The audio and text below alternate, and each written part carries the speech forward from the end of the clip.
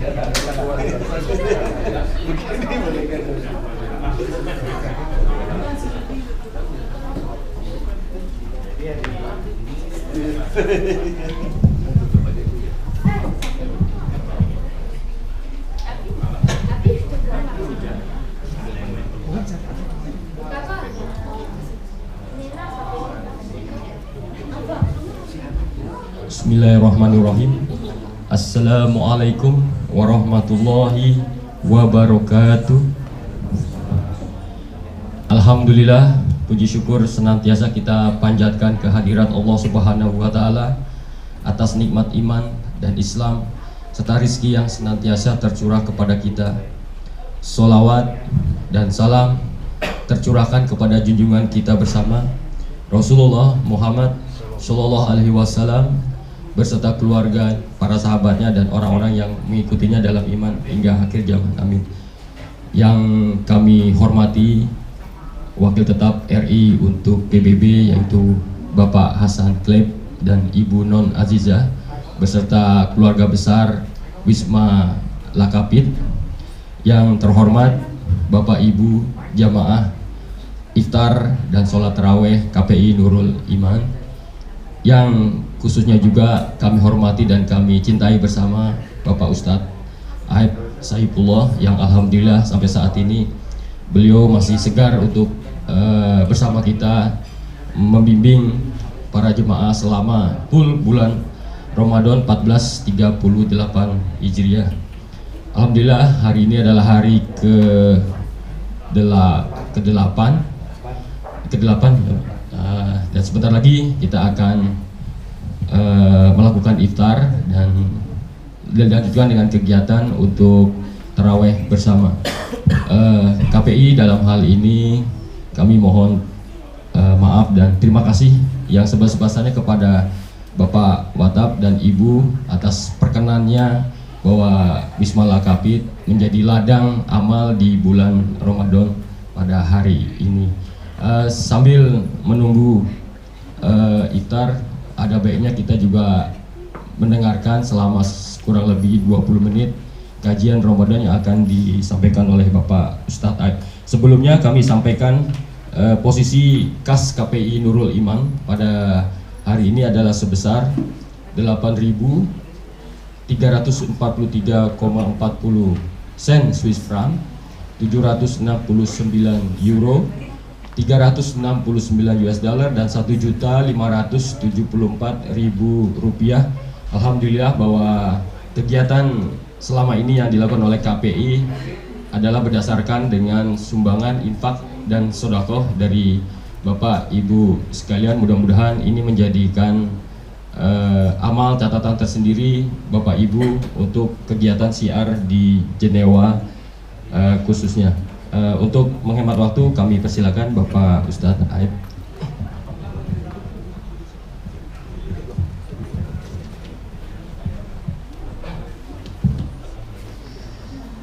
Assalamualaikum warahmatullahi wabarakatuh. Alhamdulillahi rabbil alamin. Wabihi nasta'inu ala umuri dunya waddin. Wassalatu wassalamu ala habibina wa nabiyyina wa syafi'ina wa sayyidina Muhammadin wa ala alihi wa ashabihi wa man tabi'ahum bi ihsanin ila yaumiddin. Subhanaka la ilma lana illa ma 'allamtana innaka antal alimul hakim. Yang berbahagia dan sama-sama kita hormati Bapak Watab RI untuk PBB, Bapak Hasan bersama Ibu sekeluarga. Yang berbahagia dan sama-sama kita hormati hadirin hadirat jamaah seluruh masyarakat Indonesia di Jenewa yang berbahagia yang dirahmati oleh Allah. Tidak lupa juga untuk adik-adik tercinta yang senantiasa semangat dan insya Allah generasi penerus daripada agama tercinta dan juga negara tercinta, negara Indonesia. Alhamdulillah pada hari yang ke-8 ini Allah masih memberikan nikmat kepada kita. Nikmat umur, nikmat kesempatan, nikmat kesehatan. Sehingga dengan izinnya kita semua dapat berkumpul di tempat yang penuh berkah ini insya Allah. Dan insya Allah pertemuan dan perkumpulan kita ini akan menjadi di antara bukti dan tanda juga tambahan kebaikan untuk kita dunia dan akhirat. Tidak lupa mudah-mudahan tempat yang menjadi perkumpulan kita dalam kesempatan sore yang mulia ini, mudah-mudahan tempatnya menjadi tempat yang penuh berkah dan lebih berkah. Tidak lupa juga semoga Pak Dubes, mohon maaf, semoga Pak Watap bersama ibu sekeluarga senantiasa diberikan kesehatan, kekuatan, kelancaran, kemudahan dalam menjalankan tugas mulia di Jenewa ini, serta semoga senantiasa dalam ridho dan lindungan Allah Subhanahu wa ta'ala. Amin ya rabbal alamin. Bapak Ibu yang berbahagia, jadwal kajian kita itu adalah tentang Dzulqarnain.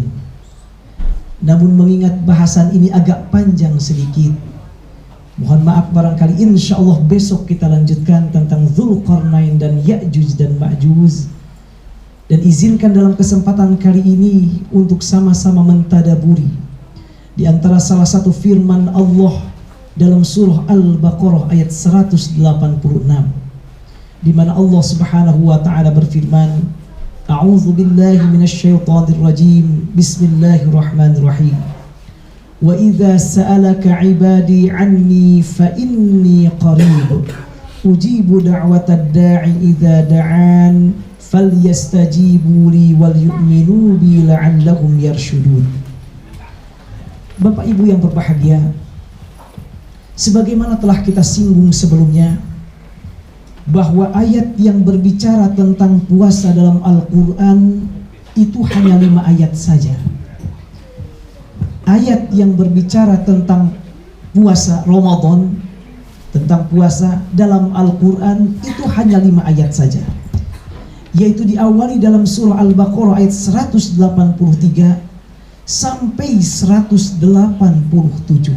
5 ayat saja.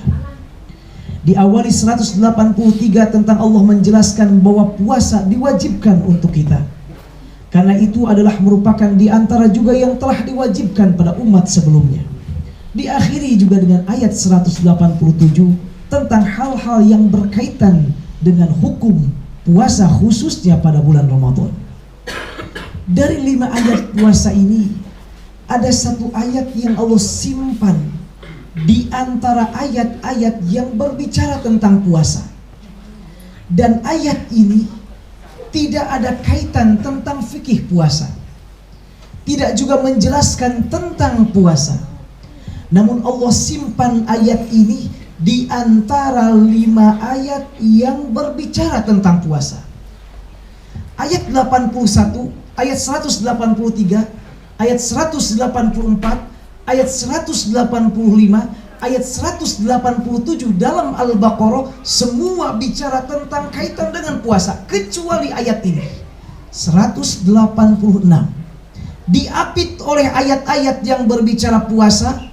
Sebelumnya ayat tentang puasa, setelahnya ayat yang tentang puasa, namun 1 ayat ini bukan dan tidak ada kaitan dengan puasa. Apa ayat dimaksud?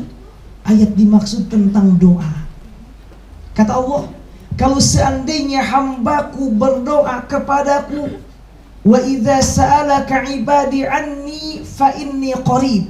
Jika hambaku bertanya tentang aku, maka aku adalah sangat dekat.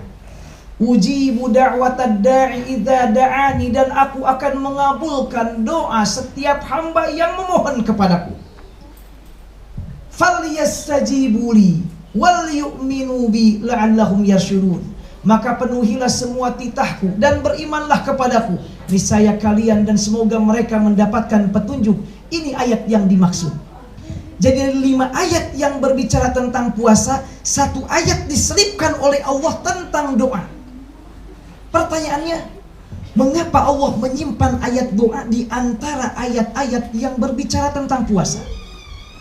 Menurut para ulama, Ini menjadi dalil bahwasanya di antara hal yang jangan dilupakan oleh orang yang berpuasa pada bulan Ramadan, selama bulan mulia Ramadan ini, itu adalah jangan lupa untuk memperbanyak doa. Makanya Allah menyimpan satu ayat yang tidak bicara tentang puasa. Tidak ada juga hal berpuasa dalam ayat ini. Di antara ayat-ayat tentang puasa, yaitu ayat tentang doa. Kalau hambaku memohon padaku, kalau hambaku berdoa dan meminta kepadaku, ujibu da'watad da'i idza da'ani, aku akan penuhi jika mereka berdoa. Makanya sebagian ulama mengatakan bulan Ramadan selain disebut dengan syahrus sabr, bulan kesabaran, juga syahrud doa, bulan untuk memperbanyak doa. Sampai yang menarik dalam ayat ini, Allah mengatakan apabila hambaku bertanya. Itu dalam Al-Quran ayat yang diawali dengan yas'alunaka, mereka bertanya padamu, atau sa'alaka, bertanya kepadamu. Itu ada 16 ayat kurang lebih. Dan 16 ayat ini yang diawali dengan yas'alunaka, mereka bertanya kepadamu, atau sa'alaka, bertanya kepadamu, itu semuanya setelah yas'alunaka dikatakan kul, ada kata kulnya, katakanlah. Misalnya yas'alunaka 'anil mahidhi qul huwa adan, mereka bertanya kepadamu tentang haid, wanita sedang haid, qul, katakanlah, huwa adan, bahwa darah haid adalah darah penyakit. Ada kulnya, katakanlah. Ayat yang lain masih dalam Al-Baqarah, wa yas'alunaka 'anil ahillah qul hiya mawaqitu linnas, mereka bertanya tentang bulan sabit, katakan Muhammad, itu adalah waktu-waktu untuk manusia. Dalam ayat yang lain, wa yas'alunaka 'anil yatama qul islahul lahum khair, mereka bertanya tentang anak yatim, katakan bahwasanya berbuat baik pada mereka adalah satu kebaikan. 16 ayat yang diawali dengan mereka bertanya kepadamu, itu disisipi dengan qul, katakanlah, kecuali ayat ini. Ayat ini tidak ada kata qulnya, katakan tidak. Tapi Allah mengatakan wa idza sa'alaka ibadi anni fa inni qarib, kalau hambaku bertanya kepadaku tentang aku, kepada Muhammad, aku dekat. Tidak ada begini, katakan Muhammad, aku dekat, tidak ada katakan. Artinya tidak dipisah oleh kata yang lain. Sehingga ini ingin mengatakan kepada kita bahwasannya Allah sangat dekat dengan siapapun yang berdoa dan memohon padanya, terlebih pada bulan yang mulia, bulan Ramadan ini. Siapapun, termasuk orang-orang yang mengaku dan merasa banyak dosa, Allah tetap dekat dengan kita. Dan kapanpun siapapun dari kita berdoa memohon kepada Allah, terlebih pada bulan yang mulia, Allah berjanji, ujibu da'watad da'i idza da'ani, aku akan kabulkan doanya selama dia tetap memohon kepadaku. Allah sengaja tidak selang dengan kata kul, katakanlah. Mereka jika bertanya kepadamu tentang aku, tidak katakan tidak, langsung aku dekat. Kembali ingin mengingatkan bahwa ketika kita berdoa, yakin Allah mendengar dan Allah insya Allah akan mengabulkan doa kita. Karena itu tidak diselang dengan kata kul sebagaimana ayat-ayat yang lainnya. Terlebih pada bulan Ramadan. Dalam sebuah hadis sahih riwayat Imam Tirmidzi, Rasulullah mengatakan, "Salasatun la turaddu da'awatuhum." Ada 3 golongan yang tidak akan mungkin Allah tolak doa mereka. Tidak akan ditolak. 1, al-imamul adil, doanya pemimpin yang adil. Pemimpin baik skala nasional atau regional atau skala kecil. Siapapun pemimpin yang adil, doanya mustajab. Bahkan pemimpin dalam ajaran Islam amat sangat mulia. Sampai dalam sebuah hadis sahih Rasul mengatakan, pemimpin digambarkan dengan sultanullahi fil ardi. Dalam tanda petik, kekuasaan Allah untuk di muka bumi ini. Wakil dari Allah untuk di muka bumi ini. Makanya dalam ajaran Islam, seseorang yang mencela pemimpin, seseorang yang menghina pemimpin, itu termasuk dosa yang sangat besar. Sangat besar. Oleh karena itu bahkan dalam hadis yang lain ketika bicara tentang 7 golongan yang akan mendapatkan naungan kelak pada hari kiamat, yang disebut oleh Rasul pertama kali adalah pemimpin. al-imamul adil, pemimpin yang adil.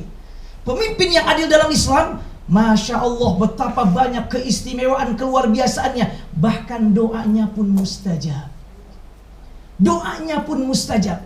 Imam Ahmad bin Hanbal pernah ditanya, wahai Imam, jika seandainya Anda mempunyai satu doa, yang satu doa ini pasti akan Allah kabulkan, akan Anda pergunakan untuk apa doa ini? Imam Ahmad mengatakan, aku akan berikan untuk pemimpin yang adil. Kedudukan luar biasa.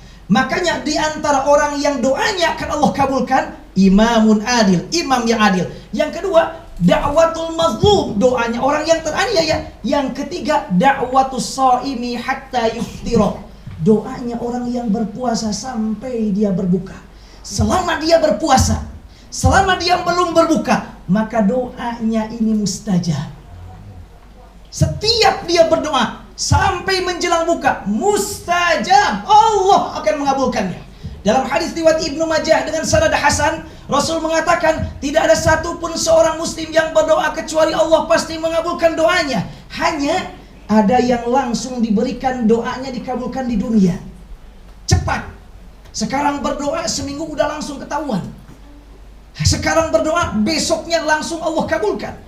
Ada juga yang kedua, Allah kabulkan tapi dalam bentuk yang lainnya. Dihindarkan dari bala, dihindarkan dari musibah, atau diberikan hal yang lain meskipun tidak dalam bentuk seperti yang dia mohonkan. Dan yang ketiga, Allah tangguhkan nanti di akhirat. Allah tangguhkan di akhirat. Ada doa yang Allah tidak kabulkan di dunia, tapi Allah kabulkan di akhirat. Bahkan yang menarik, dalam salah satu hadis, kelak pada hari kiamat, Allah mengabulkan doa-doa. Kata Allah memanggil, si fulan aku berikan ini, si fulan aku berikan itu. Panggil si fulan yang lain. Didatangkan fulan ini, wahai fulan, Anda telah berdoa pada hari ini jam sekian kepadaku tentang ini, aku berikan sekarang. Sementara ketika di dunia aku tidak mengabulkan, aku berikan saat ini. Manusia saat itu ketika melihat balasan yang Allah berikan kepada fulan tersebut, yang doanya baru dikabulkan di akhirat, balasannya baru diberikan di akhirat kelak, orang-orang berkeinginan, ya Allah, besar, luar biasa. Balasan yang Allah berikan di akhirat ternyata lebih besar. Sehingga saat itu orang-orang berpikir dan memohon kepada Allah dan berharap, ya Allah, kalau tahu besarnya pahala yang Kau berikan untuk yang berdoa di akhirat ini, kami berharap mudah-mudahan semua doa kami selama di dunia tidak Engkau kabulkan. Allah berikan balasan yang jauh lebih besar. Ini artinya bahwa doa apapun dan siapapun yang kita ucapkan, terlebih kita sedang berpuasa ini, Allah akan kabulkan. Allah akan kabulkan selama menjauhi penghalang dikabulkannya doa. Di antara penghalang dikabulkannya doa, jahat sama orang tua dan memutuskan silaturahim. Jika dua ini dihindari, dijauhi, dengan izin Allah, Allah akan mengabulkan doa kita. Karena itu, jangan sampai tidak satu hari dari kita berpuasa kecuali kita memohon kepada Allah, berdoa, memohon kepada Allah hal kebaikan dunia atau kebaikan akhirat. Bahkan dalam Al-Quran, Allah memberikan contoh doa Allah kabulkan kepada seseorang yang mustahil. Ibrahim mempunyai seorang istri namanya Sarah. Saroh bahasa Arabnya. Nabi Ibrahim alaihissalam. Ibrahim dari Irak, Saroh juga dari Irak. Kata Ibnu Katsir dalam kitabnya Qasasul Anbiya, Saroh ini wanita tercantik kedua setelah Hawa. Luar biasa. Cantik luar biasa, istrinya Ibrahim. Kemudian setelah itu Ibrahim alaihissalam berangkat ke Mesir, diperkirakan pada dinasti ke-12 pada masa Fir'aun saat itu. Kemudian dihadiahkan seorang wanita namanya Hajar. Sarah semakin tua tidak hamil juga, sampai mengizinkan untuk menikahi Hajar. Sampai akhirnya saat itu Ibrahim sudah sangat tua, Sarah sudah sangat tua. Namun Ibrahim terus berdoa agar diberikan keturunan dari Sarah. Dengan izin Allah, Allah kemudian mengutus malaikat untuk menemui Sarah. Disampaikan kepada Sarah sebagai sampaikan Allah dalam surat Hud. Datang utusan menyampaikan, wahai Ibrahim, suami istri Anda yang bernama Sarah akan segera hamil. Sarah dari belakang mendengar, dia mengatakan, hamil, nggak salah dengar ini. Suami saya sudah beruban, saya sudah tua. Bahkan kata dokter saat itu, saya sudah dikatakan, mohon maaf, mandul, tidak beranak. Artinya secara teori manusia tidak mungkin dia beranak. Namun Ibrahim terus berdoa dan berdoa sampai malaikat mengatakan, aku diutus oleh Allah untuk mengabarkan, wahai Sarah, istrimu, wahai Ibrahim, sebentar lagi akan mempunyai keturunan. Fadhahikat, kata Allah, ketawalah Sarah. Wa mra'atuhu qa'imatun fadhahikat, tertawa. Ternyata setelah itu beberapa saat, apa yang disampaikan oleh utusan tadi benar. Perut Sarah kemudian kembung. 9 kali kembung. Satu kembungnya 1 bulan. 9 kali kembung sampai 9 bulan. Lahirlah seorang bayi mungil lucu laki-laki yang bernama Ishak. Yang Ishak dalam bahasa Ibrani menurut sebagian ulama artinya tertawa. Kenapa dikatakan Ishak? Karena ketika diberikan kabar gembira bahwa Sarah yang sudah tua itu, yang secara akal tidak mungkin dia melahirkan, kemudian ternyata dengan izin Allah dia hamil dan sampai melahirkan, dia tertawa. Maka ketika melahirkan, Ibrahim memberikan nama Ishak alaihissalam. Dari Ishak kemudian lahirlah Yakub. Dari Yakub keluarlah 12 keturunannya, di antaranya Nabi Yusuf alaihissalam. Bahkan semua 16 nabi dari 25 nabi dan rasul, semuanya dari keturunan Ishak ini. Sesuatu yang mustahil, tapi berdoa dengan izin Allah, Allah kabulkan doanya. Maka tidak ada mustahil bagi Allah. Tidak ada mustahil bagi Allah. Yang kedua yang menarik adalah istrinya Zakaria. Istrinya Zakaria adalah seorang nabi. Zakaria itu yang mengurus Sayyidah Maryam, Siti Maryam. Siti Maryam ibunya Nabi Isa. Setiap masuk ke kamar tempat Maryam untuk beribadah, Zakaria mendapati, sebagaimana firman Allah dalam surah Ali Imran, mendapati di hadapan Maryam banyak buah-buahan. Bahkan buah-buahan yang ada buah-buahan yang bukan ada pada musimnya. Pada musim dingin teorinya tidak ada jeruk misalnya, ini jeruk ada. Pada musim panas aturannya adanya anggur, tidak ada jeruk, jeruk ini ada.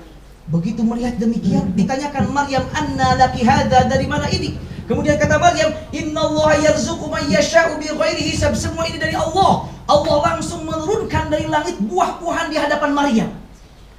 Melihat itu berpikir, kata Zakaria, kalau Allah mampu langsung menurunkan buah-buahan kepada Maryam, bahkan buah-buahan ini tidak ada pada musimnya, maka amat sangat mudah Allah untuk memberikan keturunan kepadaku.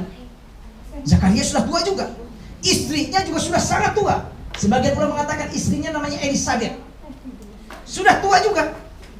Namun dia yakin melihat itu, kemudian hunalika da'a Zakaria rabbah. Zakaria kemudian memohon kepada Allah, berikan keturunan ya Allah, berikan keturunan ya Allah. Sampai doanya Allah sekutip. Ini di antara doa memohon keturunan dalam surah Maryam. Rabbi la tadharni fardan wa anta khairul warithin. Ya Allah, jangan engkau biarkan aku menyendiri, tidak mempunyai keturunan, sementara engkau sebaik-baik yang memberikan warisan, maksudnya memberikan keturunan. Berdoa. Lagi-lagi Zakaria sudah sangat tua. Dan juga istrinya juga sudah sangat tua, bahkan akil, mandul. Dengan doa, dengan izin Allah, Allah kembali kabulkan. Lahirlah seorang putra yang kemudian disebut dengan Nabi Yahya. Nabi Yahya ini sepupuan dengan Nabi Isa. Karena Maryam dengan ibunya Yahya kakak beradik. Dan Nabi Yahya yang dalam Injil disebut dengan Yohanes. Bahkan Nabi Yahya ini juga yang di antara nabi yang meninggal dunia sebelum menikah. Nabi Yahya alaihissalam itu putranya Nabi Zakaria. Yahya lahir dengan izin Allah setelah Zakaria memohon kepada Allah berulang-ulang, berkali-kali agar diberikan keturunan. Meskipun saat itu Zakaria sudah tua, istrinya pun sudah tua, bahkan menurut dokter saat itu lagi-lagi mandul. Inilah hebatnya doa. Allah berjanji, siapapun yang memohon Allah akan kabulkan. Bahkan bukankah Nabi Yunus alaihissalam?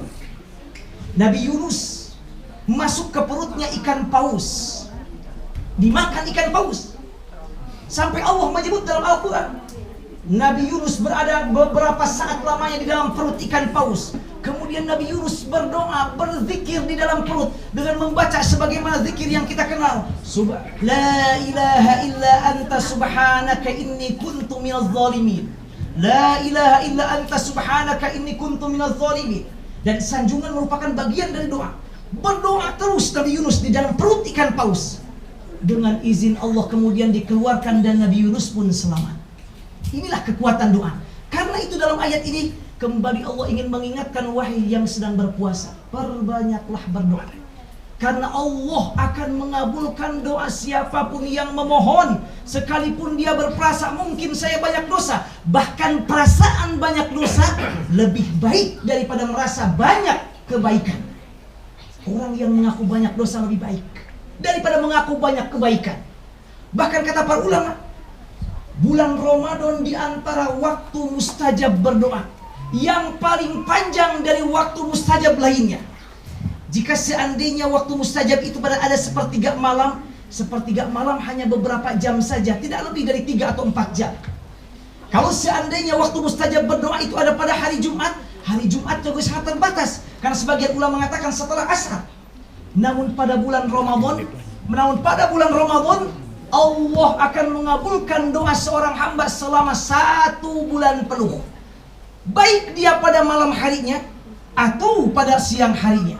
Oleh karena itu, mudah-mudahan kita semua termasuk orang-orang yang terus memohon kepada Allah. Khususnya mohonlah kepada Allah ampunannya dan kasih sayangnya. Sebagaimana disebut dalam hadis riwayat Ibnu Khuzaimah dari Salman Al-Farisi, 10 pertama Ramadan itu adalah rahmat kasih sayang. Kemudian 10 kedua maghfirah, 10 ketiganya adalah dijauhkan dari api neraka. Insya Allah bagi mereka yang rajin berdoa Allah akan mengabulkannya dan Allah akan memberikan kasih sayangnya, ampunannya, dan insya Allah dijauhkan dari api neraka.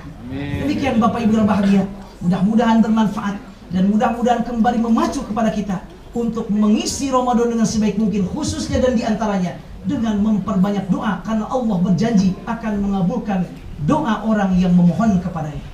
Demikian dan terima kasih. Wassallallahu ala sayyidina Muhammadin wa ala alihi wa sahbihi wa baraka wasallam. Wa akhiru da'wana alhamdulillahi rabbil alamin. Wassalamualaikum warahmatullahi wabarakatuh. Kita doa sama-sama Pak Ibrahim. Sudah masuk. Allahumma salli ala sayyidina Muhammadin wa ala alihi wa sahbihi ajma'in. Amin.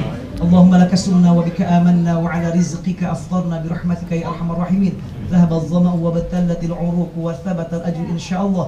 اللهم تقبل منا صلاتنا وصيامنا وقيامنا وركوعنا وسجودنا وتخشعنا وتعبدنا وتمم تقصيرنا يا رب العالمين. اللهم بارك لنا فيما رزقتنا وقنا عذاب النار. وصلى الله على سيدنا محمد وعلى آله وصحبه وبارك وسلم والحمد لله رب العالمين.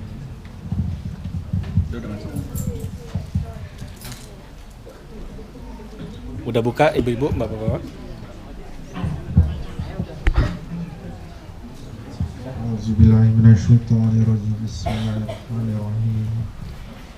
Allahu Akbar, Allahu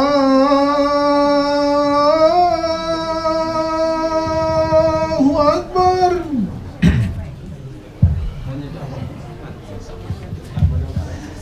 Bismillahirrahmanirrahim. Assalamualaikum warahmatullahi wabarakatuh. Alhamdulillah wassalatu wassalamu ala Rasulillah wa ala alihi wa ashabihi wa man wala, amma ba'du. Terlebih dahulu kita haturkan terima kasih jazakumullah khairan katsiran untuk Sahibul Bait Bapak Watam bersama ibu sekeluarga yang telah memberikan hidangan kepada kita. Mudah-mudahan Allah menggantinya dengan balasan yang jauh lebih berlipat dunia dan akhirat. Mudah-mudahan Pak Watam bersama ibu sekeluarga dan keluarga besar di Lakafit senantiasa dalam kesehatan, juga dalam lindungan dan ridho Allah Subhanahu wa taala, serta kemudahan dan kesuksesan dunia dan akhirat. Bapak Ibu yang berbahagia, barangkali jika ada pertanyaan-pertanyaan atau hal-hal yang perlu kita diskusikan, silahkan mari kita diskusikan sambil menunggu datangnya waktu Isya.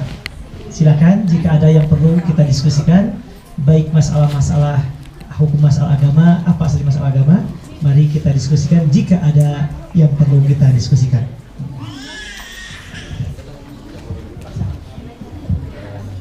Mungkin saya akan memulai dengan pertanyaan, apakah Islam itu mengenal istilah karma, Pak? Terima kasih. Apakah Islam mengenal karma?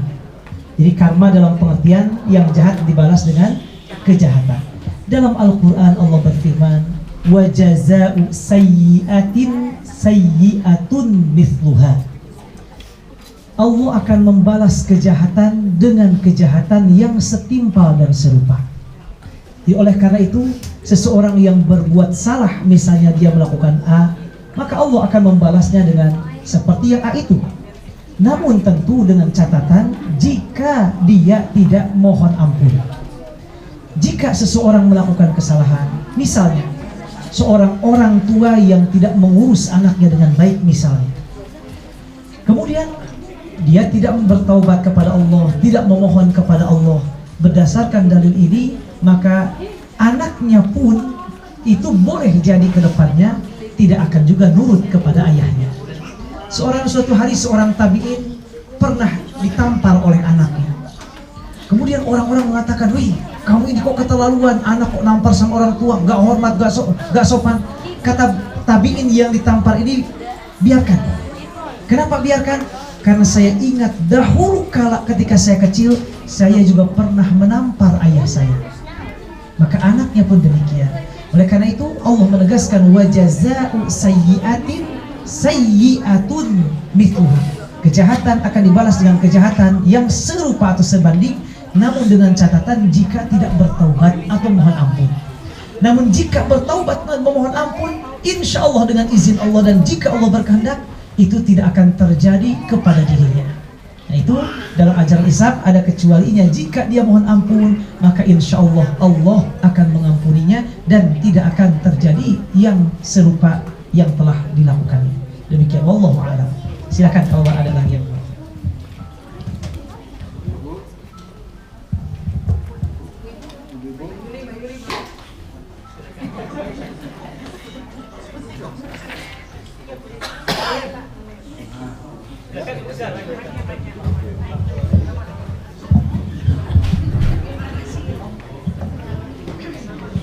Assalamualaikum warahmatullahi wabarakatuh. Pak Ustadz, saya mau tanya gitu masalah puasa, Pak. Berhubung saya ini sedikit karena ada setiap saat minum obat gitu loh, dan waktu untuk jarak obat itu rada dekat, Pak. Sementara kalau misalnya kita minum yang pagi itu jatuhnya jadi malam, rada susah gitu. Nah terkadang saya punya kendala karena itu, jadi puasa saya sendiri sepertinya terbata-bata gitu. Nah itu kira-kira ada nggak ya Allah itu mengampuni saya kalau saya itu tidak menjalankan puasa dengan baik? Itu aja Pak, terima kasih. Wassalamualaikum warahmatullahi wabarakatuh. Terima kasih Ibu yang bahagia, pertanyaan yang sangat-sangat bagus sekali. Pertama Ibu, apa yang Ibu alami itu bukan sebuah perbuatan dosa, tapi itu adalah diantara yang juga Allah sudah tegaskan dalam Al-Quran, dalam surah Al-Baqarah ayat 184. Kata Allah dalam surah Al-Baqarah ayat 184, wa in kuntum mardo aw ala safarin fa'iddatum min ayyamin ukhra. Jika seseorang sakit atau sedang bepergian lalu tidak sanggup berpuasa karena harus minum obat diantaranya, maka tidak mengapa dia tidak berpuasa, namun nanti diganti pada hari yang lain. Jadi apa yang Ibu alami tidak mengurangi dan Allah tidak akan marah. Bahkan Allah bahagia karena Ibu masih memperhatikan dengan puasa, merasa gak enak karena tidak berpuasa, dan apa yang Ibu lakukan tidak menyalahi sama sekali. Justru insya Allah Allah malah lebih mencintai Ibu, lebih menyayangi Ibu, karena Ibu tetap sangat perhatian dengan diantara titahnya, yaitu berpuasa. Adapun Ibu harus minum obat saja, karena memang itu diantaranya adalah hal yang harus Ibu lakukan secara kesehatan. Dan Allah mengatakan untuk yang sedang sakit boleh tidak berpuasa, namun nanti menggantinya. Hanya yang tidak diperbolehkan dan yang berdosa orang yang tidak berpuasa tanpa ada sebab yang dibenarkan. Dia tidak sakit, dia tidak bepergian, tidak alasan atau tidak kuat menahan lapar dan haus, dia normal seperti biasa, tapi dia tidak berpuasa. Nah, ini yang berdosa. Tapi ibu dengan tidak berpuasa itu tidak berdosa, karena ada sebab, yaitu yang diperbolehkan karena sakit diantaranya. Hanya nanti ketika Ramadan sudah selesai, ibu hitung berapa hari yang tadi minum obatnya, artinya tidak berpuasanya, lalu ibu mengkodoknya. Mengkodoknya boleh kapan saja, sekalipun ibu mengkodoknya pada musim dingin yang siangnya hanya beberapa jam, tidak ada masalah. Dengan dalil hadis riwayat Imam Bukhari bahwasanya Sayyidah Aisyah baru mengkodok puasa Ramadannya pada bulan Sya'ban. Artinya pada bulan Sya'ban, satu bulan sebelum Ramadan. Satu bulan sebelum Ramadan yang akan datang. Jadi ibu nanti mengkodoknya kapan saja, hanya sebaiknya dan usahakan dikodok sebelum Ramadan tahun depan insya Allah datang. Itu ibu, jadi tidak ada masalah. Dan insya Allah bahkan ibu sangat mencintai ibu, menyayangi ibu, karena ibu masih sangat perhatian dengan ibadah, yaitu ibadah puasa. Wallahu a'lam bishawab.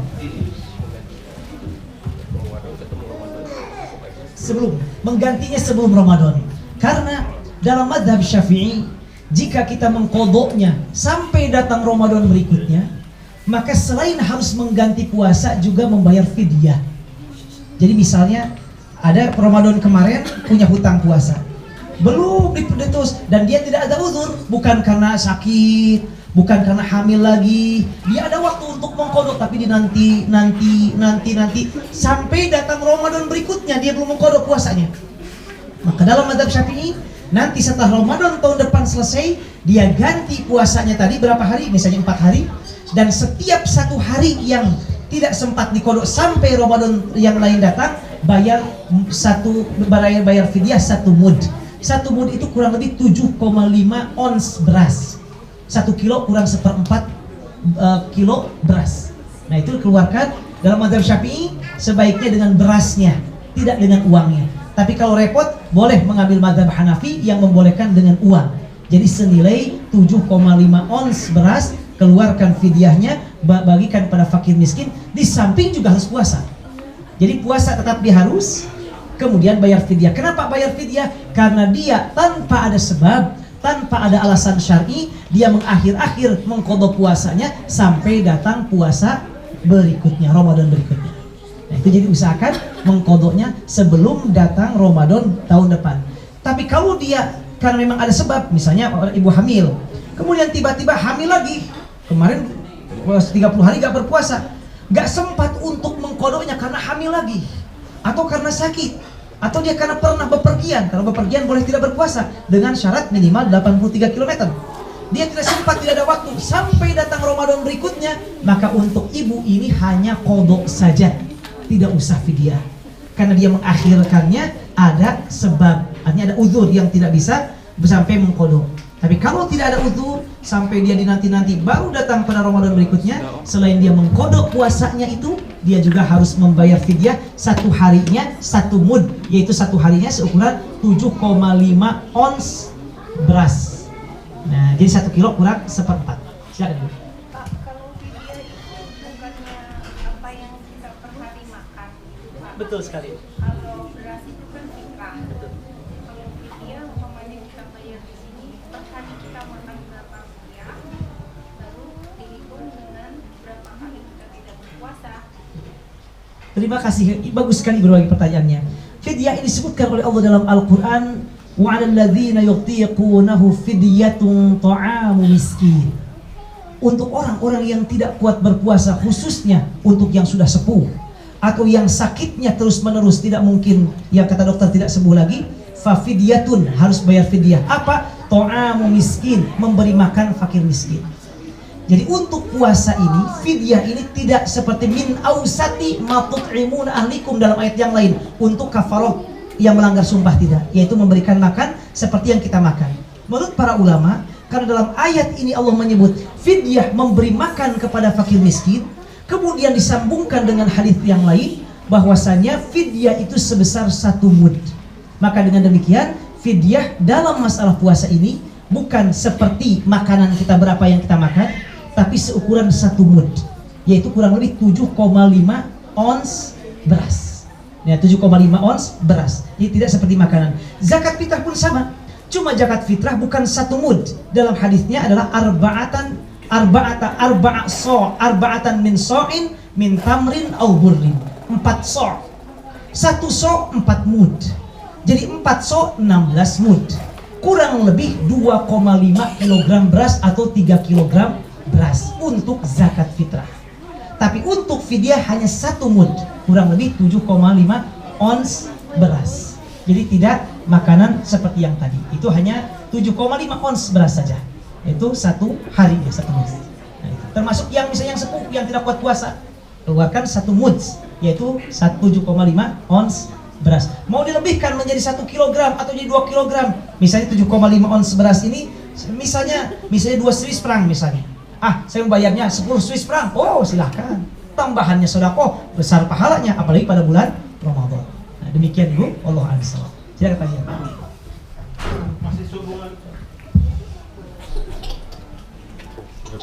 Assalamualaikum warahmatullahi wabarakatuh. Masih sehubungan dengan puasa, Ustaz.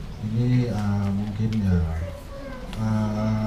seperti misalkan seperti ini, Ustaz. Waktu zaman muda dulu kita istilahnya kita nakal lah atau badung lah. Kita nggak pernah sholat, kita nggak pernah puasa, apalagi yang ingin zakat gitu, susah deh. Nah, istilahnya waktu badung lah. Terus itu udah berlanjut lama. Terus kita sekarang imsak, ya kan? Dan kita udah lupa berapa tahun kita nggak pernah puasa Ramadan. Nah, untuk hal yang seperti itu membalasnya tuh dengan cara seperti apa, Pak? Terima kasih sebelumnya. Terima kasih Pak Hajianto, pertanyaan yang sangat bagus sekali. Dalam hal ini ada 2 pendapat para ulama. Mayoritas ulama, termasuk 4 madhab fikih, madhab Hanafi, madhab Maliki, madhab Syafi'i, dan madhab Hambali sepakat mengatakan kewajiban yang ditinggalkan dulu, termasuk puasa Ramadan, jika sudah balik dan tentu sudah wajib, maka harus dikodok. Harus dikodok, karena itu kewajiban yang tidak dilakukan. Bagaimana cara mengkodoknya? Terserah, bebas. Berapa lama saja tidak ada masalah. Maksudnya kapan saja silahkan. Bagaimana cara menghitungnya? Hitung kira-kira kemungkinan besar berapa Ramadan kita tinggalkan. Hitung saya balik usia berapa. Mohon maaf, untuk laki-laki balik itu diantaranya dengan keluar mimpi basah. Untuk istri wanita keluar haid. Jika tidak mimpi basah sampai 15 tahun, maka ukuran baliknya usia 15 tahun. Jika sampai 15 tahun dia belum mimpi basah. Tapi kalau usia 11 tahun sudah mimpi basah, maka baliknya usia 11 tahun. Diperhitungkan kira-kira berapa Ramadan saya tidak berpuasa. Ternyata kita kemungkinan misalnya 5 Ramadan. 5 Ramadan ini 30 atau 29, ambil yang 30 saja. 5 kali 30, 150 hari. Maka menurut mayoritas ulama, termasuk 4 madhab fikih sepakat, harus diganti yang 150 hari ini. Karena inilah hutang, karena kewajiban. Dan kewajiban baru lunas jika dibayar. Jika dibayar, membayarnya dengan puasa lagi. Kapan saya membayarnya? Terserah kapan saja. Mau musim dingin, mau musim panas, mau di Jenewa, mau di Indonesia, mau di mana saja. Dan orang yang kemudian berusaha mengkodok puasanya itu, misalnya saya niat untuk mengkodok 100 hari itu, ternyata baru 2 hari melakukan dia meninggal dunia, maka orang tersebut dianggap orang yang betul-betul bertaubat kepada Allah, dan Allah mengampuni semua kesalahan dan dosa dari puasanya itu, dan orang tersebut orang yang husnul khotimah. Pendapat kedua, dan ini diambil oleh saudara kita di teman-teman Salafi biasanya, mengambil pendapat Ibnu Taimiyah dan Ibnu Qayyim al-Jauziyah, termasuk diambil oleh sebagian ulama dari Saudi. Cuma pendapatnya kecil dan termasuk dibandingkan dengan mayoritas ulama, ini pendapat kecil sekali. Mengatakan cukup dengan bertaubat dan memperbanyak puasa sunat. Memperbanyak, yaitu bertaubat dan memperbanyak puasa sunat. Ini menurut pendapat kecil para ulama. Lalu yang paling baik jika memungkinkan, dan ini sebaiknya kita lakukan, yaitu mengqadha sebagaimana pendapat mayoritas ulama. Karena namanya kewajiban tidak bisa diganti dengan puasa sunat. Itu menurut para ulama. Kewajiban hanya diganti dengan puasa wajib. Daripada memperbanyak puasa sunat, kenapa tidak diganti niatnya menjadi puasa wajib? Nah, sehingga tetap mengqadhanya. Namun itu 2 pendapat dalam masalah ini, Jadi ada mayoritas ulama mengatakan tetap harus dikodok Pak Haji ya toh. Sebagian kecil ulama mengatakan cukup bertaubat kepada Allah dan memperbanyak kebaikan, di antaranya memperbanyak puasa sunnah.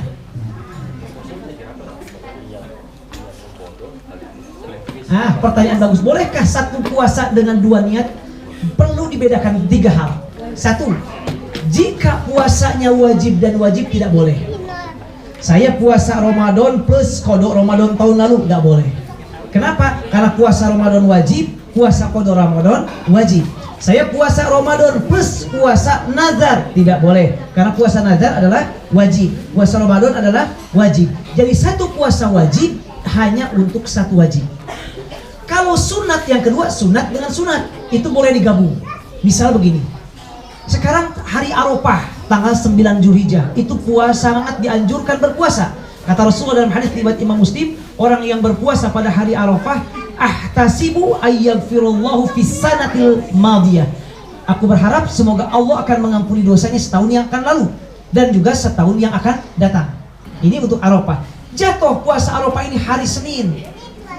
Pas Seninnya jatuh tanggal 13 bulan Islam, 13 Muharram atau 14 Muharram, tengah bulan. Tengah bulan itu disunatkan berpuasa, namanya puasa bulan purnama. Dalam hadis puasa Ayyamul Bid. Puasa bulan pertama tanggal 13, 14, 15 setiap bulan Islam. Itu disunatkan puasa. Hari Senin dianjurkan puasa. Nah, pas hari Arafahnya jatuh hari Senin tanggal 13 bulan Muharram misalnya. Saya niatnya 3.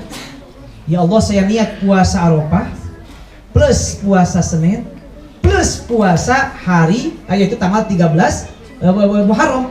Maka dia dengan satu puasa dapat 3 pahala. Jadi yang sunat sebaiknya banyak niatnya, banyak pahalanya. Saya sholat 1 rakaat, 2 rakaat, niatnya qobliyah zuhur, kemudian juga tahiyatul masjid, kemudian misalnya sholat hajat, dapat 3 pahala. Jadi untuk sholat sunat gak ada masalah, banyak niat banyak gak ada masalah. Dan itu lebih baik. Makanya kata para ulama, an-niyatu tijaratul ulama. Niat itu adalah bisnisnya para ulama. Jadi para ulama perbanyak niat, memperbanyak pahala begitu. Satu ibadah tapi banyak pahalanya karena tahu niatnya diperbanyak di dalamnya. Jadi yang sunat perbanyak. Misalnya kayak begini, ini bisa pahalanya banyak. 1, silaturahim dengan dengan pawatab. Yang kedua, silaturahim dengan sesama yang lainnya. Yang ketiga, buka puasa bersama. Yang keempat, tarawih bersama. Berikutnya, witir bersama. Bisa sampai 10 pahala kita dengan satu ibadah ini. Dan untuk pawatab dan sahibul bait, pahalanya lebih banyak lagi. Karena menyiapkan ini, menyiapkan itu dengan niat yang banyak lagi. Baik dengan misalnya dengan dalam tanda petik bawahan atau dengan sesama, makin banyak lagi. Semakin banyak, semakin besar pahalanya. Itu untuk niat.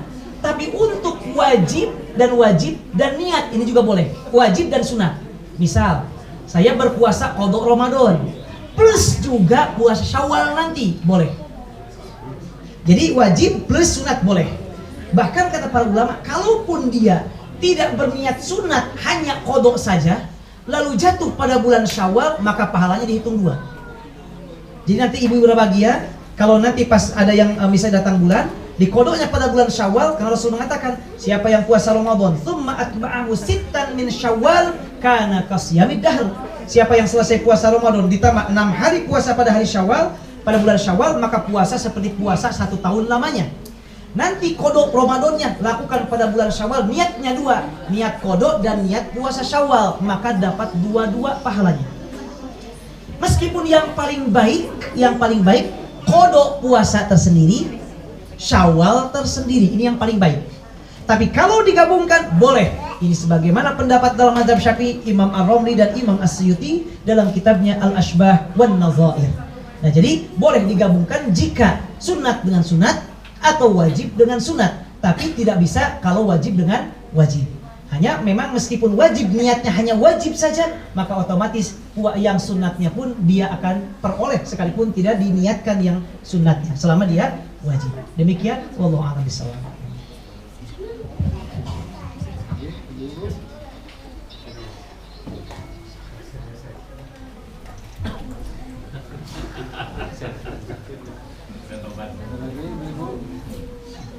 Silakan kelas. Biar kedengaran. Silakan.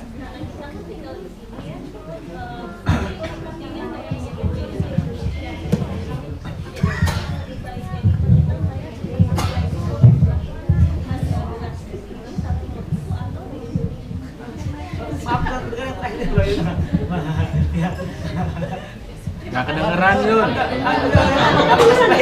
Apakah sebaiknya yang terakhirnya maaf? Jadi karena kita kan tinggal di sini, Betul. tapi karena kita ingin membayar fidyahnya untuk orang-orang di Indonesia karena pasti banyak lebih membutuhkan di sana.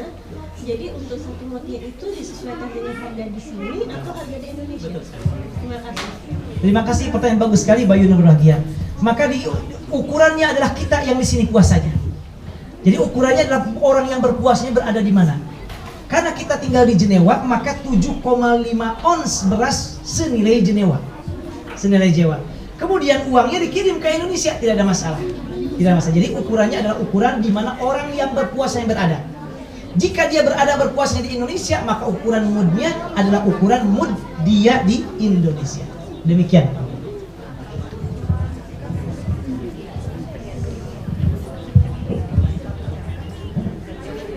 Silakan Mas, silakan Mas. Assalamualaikum warahmatullahi wabarakatuh. Waalaikumsalam. Saya mau tanya Pak Ustaz, kalau berkaitan dengan fidyah juga, Iya, silakan. kalau misalkan hamil gitu kan, bisa mengganti dengan fidyah, tapi kemudian dilanjutkan menyusui, bisa jadi terus kemudian hamil lagi, menyusui lagi, apakah itu kita wajib membayar fidyah, juga wajib qada atau cukup salah satu aja gitu Pak? Bagaimana sebaiknya Pak Ustaz? Terima kasih Pak. Terima kasih Mbak yang Bahagia. Pertanyaan yang sangat-sangat bagus sekali. Pertama, wanita hamil dan menyusui bukan membayar fidyah, tapi harus qada. Kenapa? Semua ulama berpendapat demikian, kecuali ada satu pendapat dinukil dari Ibnu Umar, sebagai disampaikan oleh Ibnu Katsir dalam tafsirnya. Nah, hanya menurut semua ulama, baik 4 mazhab, Hanafi, Maliki, Syafi'i, Hambali, bahkan yang lainnya, untuk wanita hamil dan menyusui, kita lihat keadaannya. Jika orang wanita hamil atau menyusui tidak berpuasanya karena khawatir pada dirinya bukan bayinya, dirinya. Kalau seandainya dia berpuasa, dirinya akan sakit. Atau khawatir kepada diri dan bayi yang dikandung atau disusuinya, pokoknya ada dirinya, maka dia hanya qada saja. Tapi kalau wanita hamil atau menyusui ini tidak puasanya karena khawatir kepada bayinya yang disusui atau bayi yang di dalam perutnya, kalau seandainya saya puasa takut kurang air susunya, bayinya nggak bisa makan, sayanya nggak ada masalah, tapi bayinya takut kurang susunya, atau bayi yang dihamilnya nggak bagus misalnya, atau kurang dan sebagainya. Kalau khawatirnya kepada bayinya bukan pada dirinya, maka dia harus qada plus fidyah. Kenapa? Karena fidyah saja itu hanya untuk 2 orang. 1, orang yang sepuh yang sudah tidak kuat berpuasa, yang misalnya sudah sepuh tidak kuat berpuasa. Yang kedua, untuk yang sakit, yang kata dokter sakitnya parah, tidak mungkin sembuh lagi, atau kata dia merasakan penyakitnya udah lama menahun, rasanya kemungkinan kecil untuk sembuh lagi, misalnya kayak orang penyakit gula yang parah. Nah, untuk orang yang sakit parah ini dan orang orang yang tua yang sudah tidak kuat puasa, itu baru fidyah saja, tidak usah qada. Dengan dalil Allah mengatakan dalam surah Al-Baqarah ayat 184, wa 'alal ladzina yutiqunahu fidyah. Orang yang membayar fidyah itu adalah yutiquna, yang sudah tidak kuat berpuasa. Ibnu Abbas berpendapat sebagaimana dalam Sahih Bukhari, dikutip oleh Imam Bukhari, yang dimaksud tidak kuat itu adalah orang tua yang sudah sepuh yang tidak kuat berpuasa. Kemudian juga ditambah yaitu orang yang sakit yang tidak mungkin sembuh lagi. Untuk wanita hamil, untuk wanita menyusui, maka dia 2 keadaan, bisa qada saja, bisa qada plus fidyah. Kapan qada saja? Kalau dia tidak berpuasanya khawatir pada dirinya saja, atau kepada diri dan bayinya, pokoknya ada dirinya. Kapan dia qada dan fidyah? Kalau tidak puasanya khawatir kepada bayinya saja, bayinya disusui atau bayi dikandung. Nah, itu untuk wanita hamil dan menyusui. Jadi tidak hanya fidyah saja. Wallahu a'lam bishawab. Silakan. Satu lagi Pak, kan tadi misalkan kita fidyah dan qada karena khawatir tidak ada bayinya. Cuma kan kalau belum sempat mengganti sebelum Ramadan berikutnya, itu bagaimana Pak hukumnya? Karena kan hamil menyusui terus hamil lagi menyusui lagi. Betul. Kadang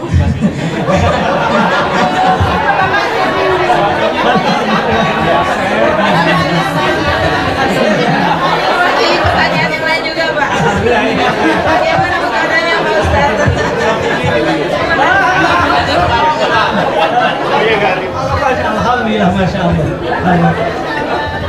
Alhamdulillah, insya Allah. Siapa tahu di antara putra putri kita ada yang menarik kita nanti di surga, ke surganya insya Allah. Insya Allah. Ini banyak terjadi biar bahagia. Pertanyaan bagus sekali biar bahagia. Jadi kalau seandainya sekarang selesai menyusui hamil, mau kodok isi lagi, datang Ramadan berikutnya, gak puasa. Setelah itu selesai melahirkan beres, isi lagi, alhamdulillah, sampai 5 tahun berturut-turut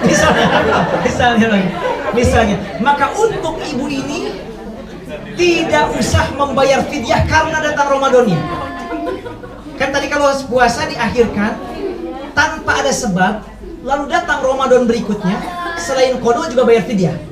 Tapi karena ini mengakhirkan sampai datang Ramadan berikutnya karena ada sebab, yaitu hamil lagi, menyusui lagi, atau sakit atau yang lainnya, maka tidak usah fidyah, hanya qada saja. Kalau dia datang ke Ramadan berikutnya. Tapi kalau dari segi hamil dan menyusuinya, tadi lihat keadaan tadi. Kalau khawatir kepada anaknya saja, maka dia qada dan fidyah.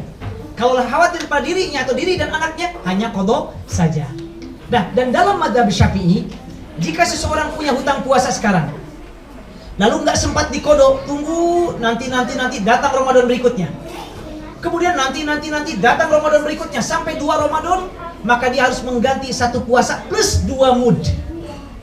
Karena dia lewatnya berapa Ramadan? 2 Ramadan. Lewatnya 3 Ramadan, 3 mud. Tapi puasanya tetap 1. 3 mud.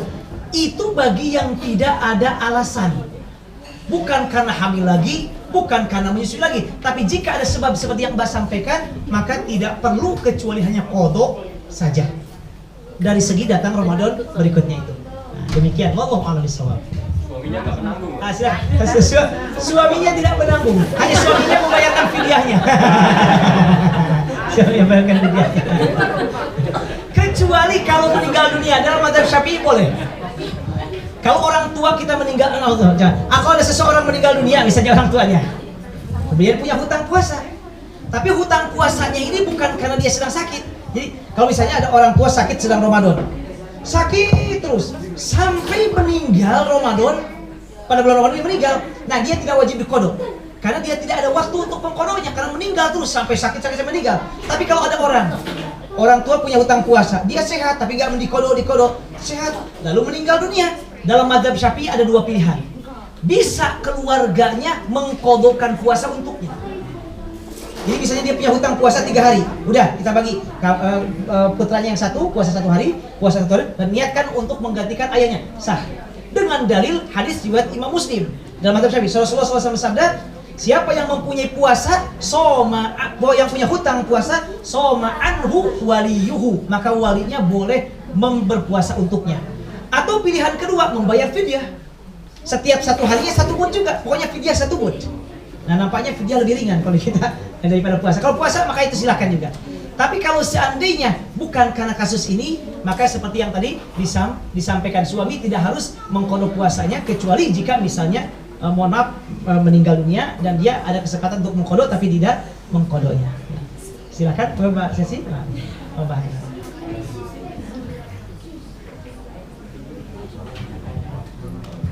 Tadi Mbak Sesi.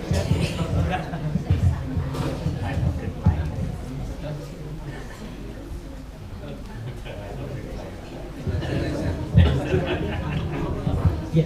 Baik Bapak Ibu, kita tutup dulu terlebih dahulu, kita melaksanakan salat Isya insyaallah salat tarawih. Kita akhiri dengan sama-sama membaca kafaratul majlis. Subhanakallahumma bihamdika nasyhadu an la ilaha illa anta nastaghfiruka wa natubu ilaik. Allahumma taqabbal minna salatana wa siyamana wa qiyamana wa ruku'ana wa sujudana wa takhashu'ana wa ta'abbudana wa tammim taqsirana ya arhamar rahimin. Allahumma barik hadzal baita wa ahlah. Allahumma barik hadzal baita wa ahlah. Allahumma barik hadzal baita wa ahlah. Ya Allah, semoga Engkau mengganti dan membalas apa yang telah disiapkan dan diberikan oleh Bapak Wataf dan Ibu sekeluarga dengan balasan yang lebih berlipat dunia dan akhirat.